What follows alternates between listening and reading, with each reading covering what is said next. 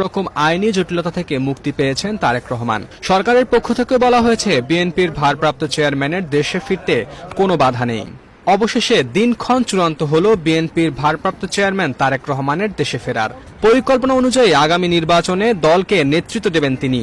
সেই লক্ষ্য নিয়েই আগামী ২৮ জুলাই দেশের মাটিতে পা রাখবেন বিএনপির ভারপ্রাপ্ত চেয়ারম্যান। ওই দিনটিকে ঘিরেই তারেক রহমানকে বাংলাদেশে স্বাগত জানানোর প্রস্তুতি নিচ্ছে বিএনপি এবং জিয়া পরিবার। এরই মধ্যে ঢাকায় তারেক রহমানের বসবাস এবং নিরাপত্তা নিয়ে জোর প্রস্তুতি শুরু হয়ে গেছে। তিনি ঢাকায় এসে যে বাড়িতে উঠবেন সেটিও প্রস্তুত করা হয়েছে। দলের শীর্ষ এই নেতাকে স্বাগত জানাতে ২০ লাখ নেতাকর্মীর সমাগমের টার্গেট করা হয়েছে বলে জানিয়েছেন বিএনপির নেতারা। অন্যদিকে তারেক রহমানের নিরাপত্তার জন্য এরই মধ্যে সর্বাধুনিক বুলেট প্রুফ গাড়ি প্রস্তুত করা হয়েছে।